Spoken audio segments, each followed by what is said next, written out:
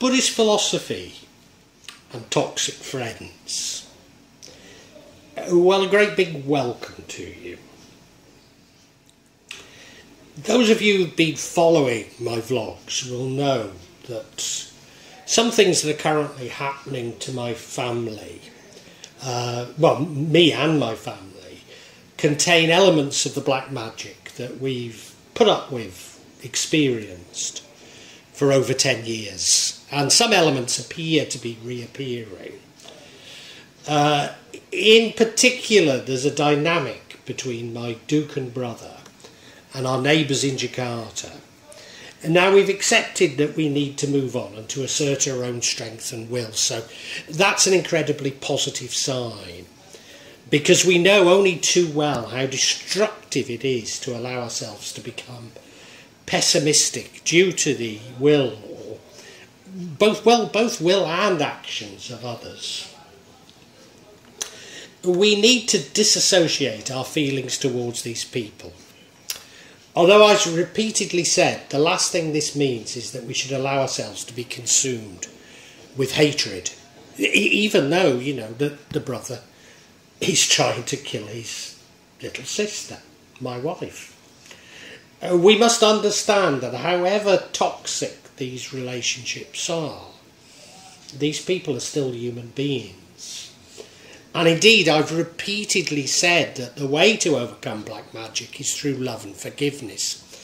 And I'm sure, despite me explaining this many times, I've still left a number of you confused. No, we need to remain compassionate, but we have to set boundaries on their feelings as a part of our own self-protection. Indeed, I would suggest that it's more about our own journey and our own journey to, and of course this isn't a Buddhist, well, it's close to a Buddhist philosophy, but I'm interpreting it, our own journey to become closer to God than it is us trying to get involved in theirs. And of course, what I've been doing over these, I was going to say 10 years, but probably the last 5 years, certainly particularly the last 3, is to try and use compassion to change them. And what I've begun to learn, and you've heard me say it before if you've been following these vlogs, I finally realised that I need to submit to the universe. So it's been a very hard lesson, because I need to remain compassionate, I need to remain loving, but at the same time, I need to disassociate myself from, and in the case of the brother, people that we love. Now this is part of a new section to the magic of Java, called The Real Magic of Java. In this new section, I'm going to focus on real people performing what they believe to be real magic in Java. I'll attempt to explain some of the elements of this Javanese magic, particularly what I describe as the Kajawan elements. However, I need to warn you that inevitably my explanations will be partial. Maybe sometimes some elements of what I say will be incorrect, for which I profusely apologise. But this reflects the oral tradition of magic in Java, the mystery, and at times, I have to admit, subterfuge surrounding the practice of magic in Java. Please accept my apologies, but I do hope you enjoy this new section.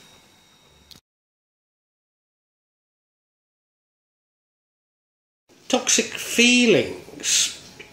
Well, of course, you know, as I've said, we're attached somewhat to our neighbour, certainly to our brother. But what we need to do is put up boundaries and avoid their feelings influencing us. Buddha described people like this as disguised friends. And the feelings in particular that we need to be mindful of are anger, desire, stagnation, agitation and doubt. And these are the real hindrances which hamper our own mental state. So that's what I said, it's about as much about us moving closer to God than it is actually about reacting to them. It's our own self-protection. So we release these people through love. Toxic friends. Well, I've talked about toxic friends in two ways really. The first was in the sort of psychological way, where I talk of the dark triad of personality. So this would be the narcissist, the psychopath and the Machiavellian type. I've also sort of hypothesised that these may be people who were sent back to the earth as a result of karma with these traits. And I describe them as having, through free will, given up their free will to others. So I've called them avatars, but alternative words that you might want to use are meat golem or moral automata. But what I found, having tried to describe this many times, and probably not that effectively, I find that the Buddha actually did it so much better than me, and in so much more understandable terms. So we start off with the first of these toxic friend types, the taker. These are people who are driven by desire and wanting.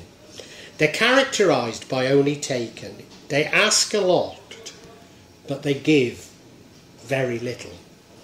When they do perform a duty, it's out of fear. They offer service to gain for themselves. So they're receivers rather than they are givers. They're always needy and always looking for something to acquire, something for themselves. They therefore use their friends to acquire these things and aren't at all interested in true friendship. Now, they're never content, and that's why I've wondered if they're sent back to this earth in this way as karma, because they can never be happy. And I've used it before, but the Romans used to say that greed is like, it's never satiable, because it's like drinking seawater to quench one's thirst. So the more you have, the more you want. And that, I mean, it's just so apparent in society at the moment how during this current health crisis, the mega rich have become so much richer, whilst the poor have become so much poorer. So in essence, we're talking of a parasitic relationship. And I think that describes largely why our neighbours and our brother, has used black magic to harm us, and indeed even to try and kill us. However incredible that sounds and difficult to comprehend. The talker. So we've had the taker, we now have the talker. The talker uses words as a tool to manipulate. Now, particularly in my novels, I've described my ex-partner, who I've called a psychopath and covert narcissist, but everything she did, everything she ever said, was an act of manipulation. And I endured this for 20 years. I mean, I knew I was being manipulated, but I clung on to the belief that there was something good inside her and I could bring out this good, when really all was simple manipulation. Everything was lies and manipulation. And they use these promises and excuses, but they rarely back any of this up with action. They'll constantly remind you of their past generosity. Sometimes that might even be imaginary, and I know, I've been reminded of things and I thought, that didn't happen. but sometimes it will be real, And they promise future generosity. They very much use flattery and sort of empty kindness. So it's a kindness that doesn't harm them at all. But the really big thing, and the big thing about my ex-partner, who I said was a covert narcissist, is they highlight their own misfortune. So I can think of other people, other friends I've got, and their life is constantly one disaster to the next. And they're always highlighting it. And it's always the reason why they can't do what you want them to do. What a friend would do, such as pay you back the money they owe you. In short, these people are never around when you really need them. So they lack integrity. They're terribly, terribly unreliable people. In short, they're not good friends to have. The flatterer. Now, I did say that the talker used flattery, but the flatterer is just a master at it. They use and manipulate our desire for praise and acceptance, but for their own benefit. And now, I remember when I left university, I had studied certainly some social psychology, but when I first started working as a junior transport manager, I was taught some elements of behavioural psychology to use as a young manager. But it was all about this idea that you flatter people, you manipulate people to get the job done, but there's no sincerity in it. And so these people, these flatterers, they're masters at telling people what they want to hear. And what I think is so wrong about their behaviour is they support good and bad behaviour indiscriminately. Because the only thing, and thinking of me, as a young manager, we needed to get a truck filled up so that we could get it out and on the road, and yeah, that was the only thing that mattered. And we would cut corners that we shouldn't cut, just to get the truck out, because of that was the task orientation. When at other times, when we weren't under that rush, then we would tell people off for that same behaviour.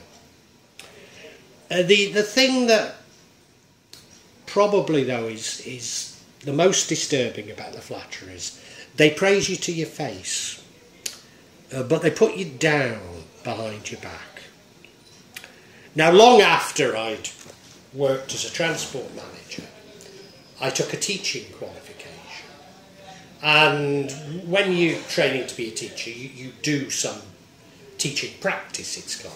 I never actually ended up teaching. I became a university teacher as opposed to a school teacher that I'd been trained to be. But I certainly remember both on my teaching practices, but especially as a university teacher, I would come across other teachers and in banter with their colleagues, they would run down their students. And to my mind, it was totally unacceptable. It didn't matter how their students actually were, but to be so two-faced as to sort of be nice and cajole their students in the classroom or a lecture theatre, and then as soon as they got with their colleagues, they engaged in banter, running them down. I just found terribly, terribly insincere. But of course, there's a group of people for whom this is a way of life, and they're politicians. Oh, gosh, we were talking about teachers. Of course, there's that wonderful, and maybe it's only a meme, is it? But no, I think it actually is a quote from The Simpsons, where Principal Skinner says it's all the children's fault. You know, and that reminds me of politicians. They're always blaming the electorate. They're always blaming the people that they put in power, when their role is to represent the views of those people. They're there to represent the people, not to run them down, not to do them a disservice. But of course, that's all politics is now, isn't it? Telling lies to get elected and then backstabbing your electorate the moment you get into power. Of course, the flatterer completely lacks integrity, and they're unable to discern right from wrong, and that's why I'm so alarmed at politics, or we might even describe it as the lack of politics in the world. The reckless companion. I suppose we're talking here about hedonistic behaviour. And the Buddha pointed to drinking, staying out at night, partying, gambling. But most especially in encouraging others, or you, to follow them in this behaviour. Now, they often have a restless, agitated state of mind, and that can be contagious, and that's where the problem is. And they put their desire for this reckless behaviour above true friendship, so that's why it's contagious. Now, Buddha points out that these behaviours lead to disharmony, disputes, a loss of wealth, susceptible to illness, never satisfied, can lead to criminality, resentment, addictions, and the befriending of other toxic types. Of course, I'm sure all of us have enjoyed a hedonistic period, particularly in our youth. I was going to say me especially, but you know, it hasn't just been in my youth. It's happened to me many times in my life. In fact, most of my life I've led as a hedonist. So, you know, I don't want you to think, and I'm coming on to talk about this, but I don't want you to think that these types are just other people. Self-reflection. So yeah, we all exhibit these behaviours at times. All of us. And me in particular, I've certainly been the reckless companion for most of my life. So we need to be constantly questioning our own behaviour and motives, which is what the Buddhist path is all about.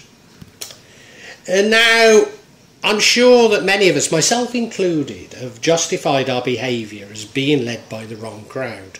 Certainly our mothers have said that, haven't they? But when we join in, then don't we ourselves also become that toxic friend? Because these are real events, I can't say how regularly I'm going to be adding to this subsection. You know, because I don't know how often they're going to occur. But I would imagine that there'll be at least every couple of months, maybe monthly. Now, if you'd like to know when that's going to be, please subscribe and hit the button, and you'll get information on when new ones are released. I'd love you to make comments and ask questions, and if you do, I'll attempt to answer them as honestly as I can. I promise you that there's no attempt on this channel, or this part of this channel, of me. There'll be no attempt by me at any type of subterfuge. I'll try to be as honest and open as I possibly can be. inevitably there will be some of you who disagree with my interpretation, and we can agree to disagree, but what you're seeing is real stuff here. What I'd love you to do, if you enjoyed this, is look at my other sections. Particularly, I've written novels about magic in Java, and they contain much more information in them, especially me trying to understand the theories of magic, the psychology of it, and I try and intersperse them with a sort of spiritual dimension. Anyway, thank you so much for watching, and God bless you.